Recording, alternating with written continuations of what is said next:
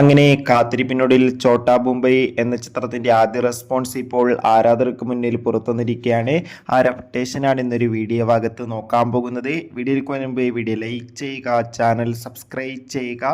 May മാസം അങ്ങോട്ട് ധാരാളം ചിത്രങ്ങൾ OTT റിലീസ് ചെയ്യും. നമ്മുടെ ചാനൽ ഭാഗം പരിശോധിച്ചാൽ നിങ്ങൾക്ക് ആ വീഡിയോയ്ക്ക് കാണാൻ വേണ്ടി സാധിക്കുന്നതായിരിക്കും. മോഹൻലാൽ, ഭാവന, സായികുമാർ, കലാഭവൻ മണി, സിദ്ദീഖ്, ഇന്ദ്രജിത്ത് എന്നൊക്കെ പ്രധാന കഥാപാത്രങ്ങളായി ഇന്ന് ജൂൺ 6-ാം തീയതി തിയേറ്ററുകളിൽ വീണ്ടും 4K റിലീസിനെത്തിയ ചിത്രമായിരുന്നു ഛോട്ടാ മുംബൈ.